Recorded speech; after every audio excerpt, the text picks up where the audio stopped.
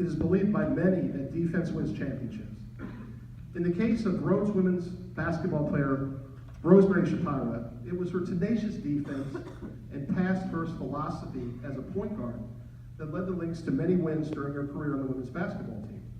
In her tenure as the starting point guard for the Lynx, Rosemary is the third all-time in school history in career assists with 385, and is the Lynx record holder for steals with 390.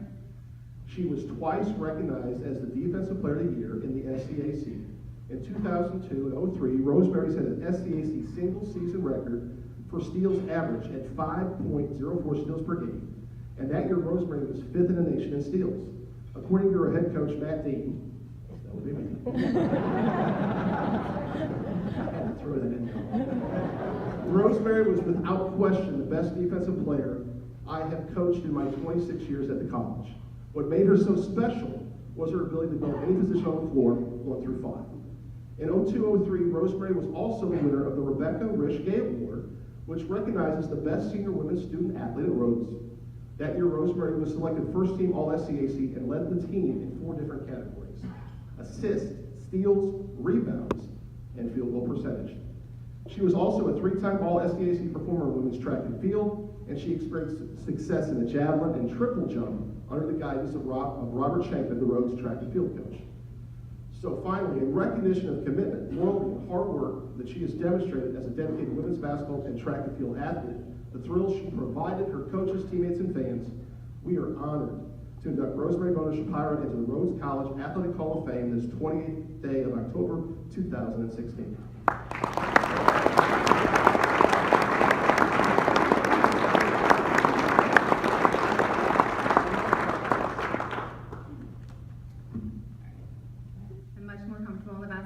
So please forgive me. Each of us in our life's journey are touched, are marked, and are ultimately shaped by our unique collection of relationships and experiences. In youth, the experiences and relationships that fundamentally shape us often occur through a hazy and somewhat unfocused lens. A lens of youth that is not yet equipped to identify turning points and to conceive the depths of change that each new relationship and experience brings. As an adult, and as a mother of 2 young girls, I have often looked back on my life through a different lens. A more mature lens that focuses on the reasons behind the formation of who I am today. Reflecting on my life in this way, through this lens, has led me down a very humbling path, and I stand before you all today extremely humble and grateful for all the relationships, opportunities, and experiences that have brought me to this point. I want to share with you today a few reflections on my life's collection. First and foremost, my parents, Joyce and Rex, who are here with me today. Currently, I am the program coordinator for an early childhood education program whose mission it is to help parents prepare their children for success in kindergarten and beyond.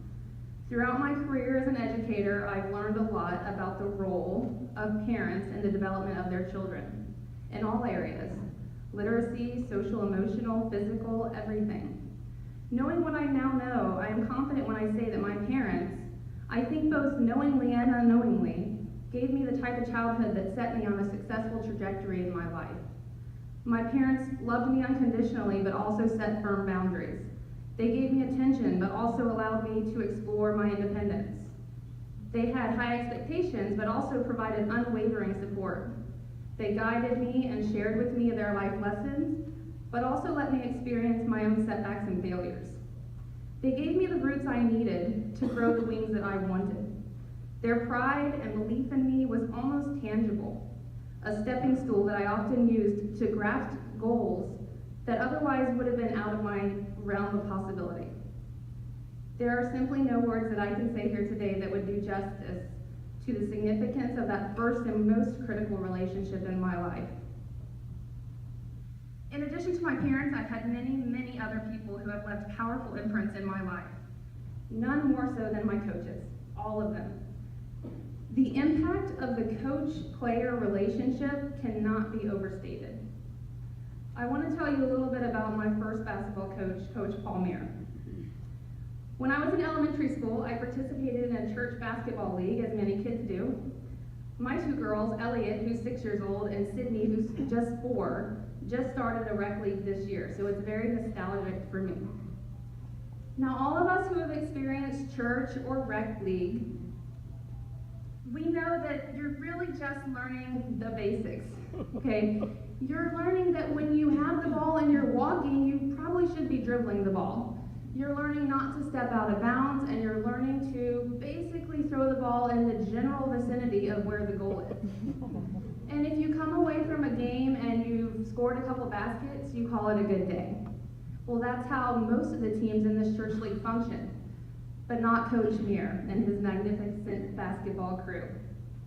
No, they brought to this church league full court presses, stealing the ball, layups with both hands, complicated play sets, beating all the rest of us by at least 20 to 30 points a game. He quickly gained the respect and the ire of every child and parent.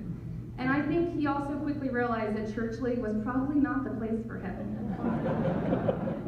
So he left church league and started an AAU team for girls my age. I was oblivious to a lot of this at the time, but I guess he had given my parents a call and told them that he saw some potential in me and he wanted me to join his team.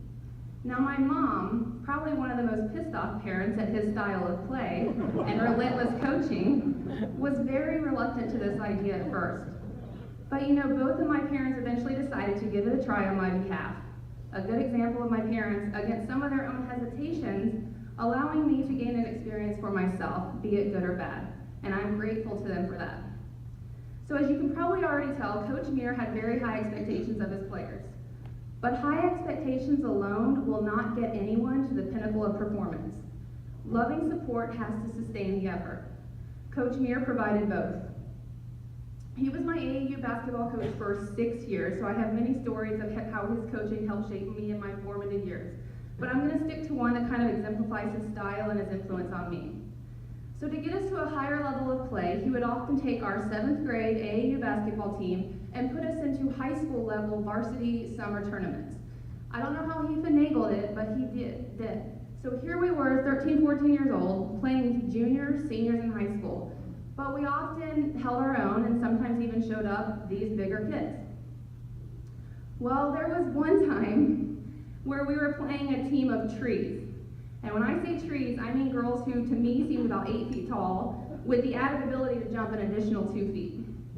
This team of trees decides late in the game to full court press us, and for whatever reason, I thought that I could throw the ball in bounds over the head of the tree who was guarding me. Well, about 3 times in a row, the tree catches my pass and immediately scores an easy layup.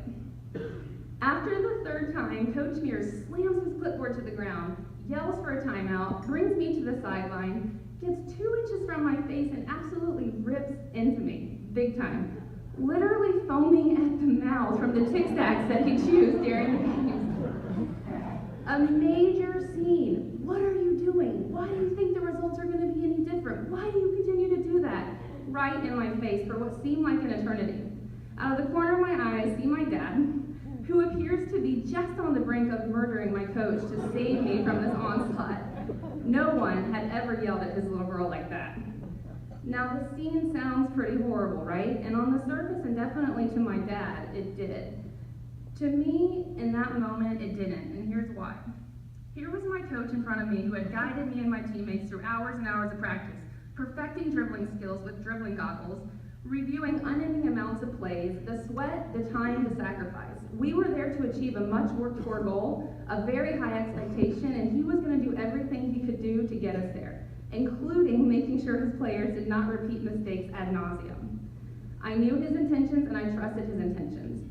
And I'm not sure if we ended up winning that game, but I can tell you my dad did calm down. I can tell you my coach did put me back in the game. And I can tell you that in the next inbound play, I bounced past it. Basketball lesson number 385 learned. But I look back on that moment and I realize the significance, the depth of change behind that interaction. Here was a young child, 13 years old, with the mental fortitude to accept criticism, to reflect and change, all in the pursuit of excellence. And I don't credit myself with having that mental fortitude. I credit him with building that in me. And in our last year as an AAU team, we did reach our ultimate goal. Our team won the AAU National Tournament. Now, my high school basketball coach, Coach Francis, provided love, support, and opportunity. Every summer, she took our high school team to a college basketball camp, usually to Furman College in South Carolina. What a cool experience for high school students to travel across state lines with friends, Sam's parents, and play basketball for a week or two each summer. Now, at the time, in the lens of youth, I took these trips for granted. I saw it as a given, to be expected. Now, looking back through a clearer lens of adulthood, I realized the time and effort it took her to organize and follow through on these summer basketball camps each year. She provided us with an incredible opportunity that often came at a personal expense to her. Another example of her thoughtfulness and sacrifice for her team was that throughout the basketball season, she would open her classroom doors. She was also a science teacher at the school, and she would open her classroom doors before every home game and give us breakfast, and just allow us that time off the court to connect. She would use these times to empower her players with uplifting stories and acknowledgments. Well, now, having been a teacher myself, I realize the rare commodity that is called prep time at school. And I'm so humbled and grateful that she gave us that time, her time, each game day.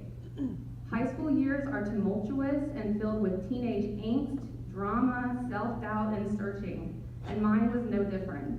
However, with steady, empowering influences like that of Coach Francis, I was able to not only survive, but to continue to thrive throughout high school.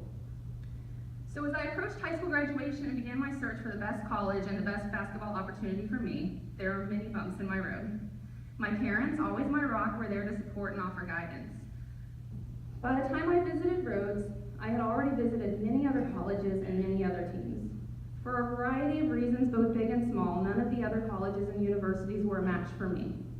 I came to Rhodes a little weary and discouraged. Enter Jackie, Joe, and Hannah, my official tour guides for my Rhodes visit. The three of them showed me that college could be fun, but also academic, and that basketball could be friendship beyond the court. Jackie even followed up my visit with an email asking if I would like to room with her for the following year. Complete open arms and acceptance is what I found here at Rhodes, a feeling of family. In the athletic department, I give much of that feeling of family credit to Coach Mike Clary. I'm so honored to be inducted alongside him.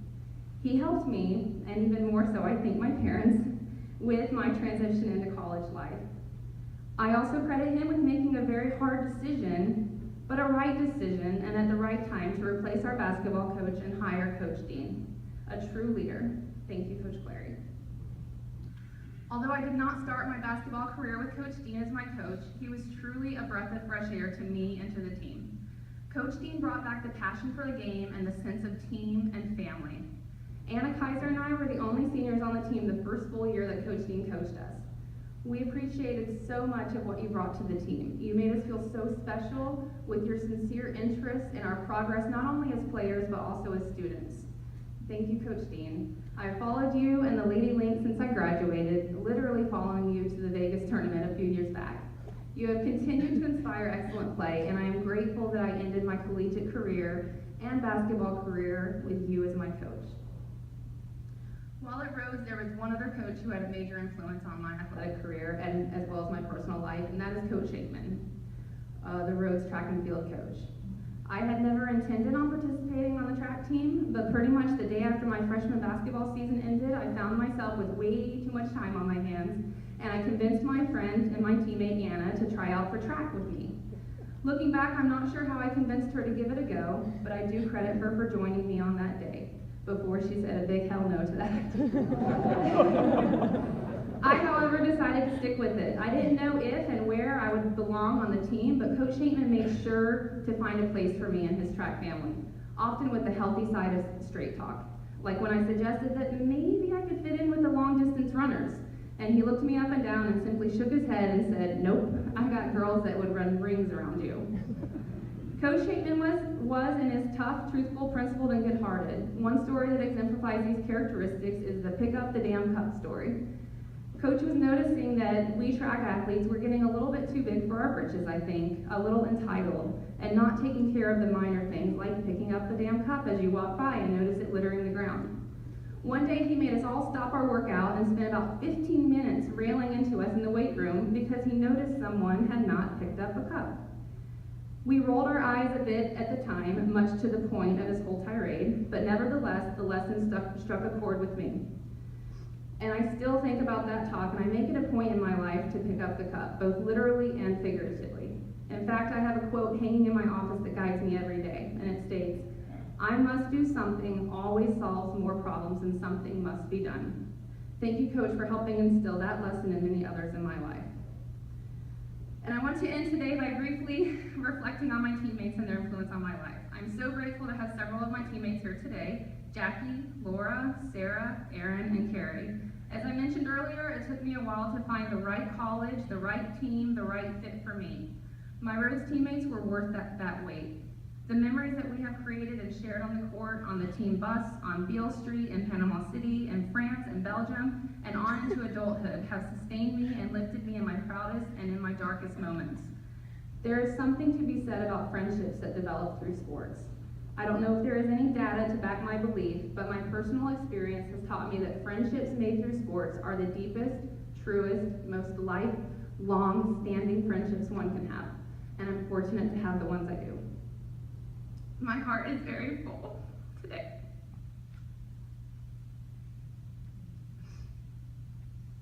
I got all the way through the speech to the last My heart is very full today. My husband David is with me, and he won my heart when he took me to a Phoenix Suns game on our first date. He provides an unending source of support, empowerment, and love. Together we have our two daughters, Elliot and Sydney, and we tell ourselves often, just last night in fact, how lucky and privileged we are.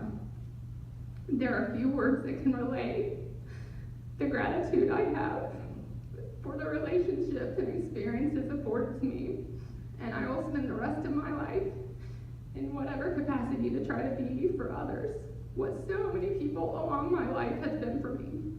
We all deserve that. Thank you.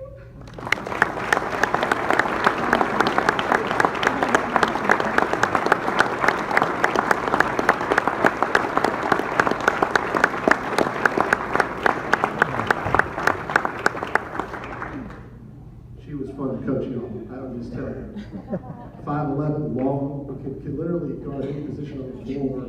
And you know, when I coached Rosemary that year, I was very fortunate because we went to a pressing style, and she was at the front of her 1-2-1-1. We moved her back to the diamond, and she was just terrific.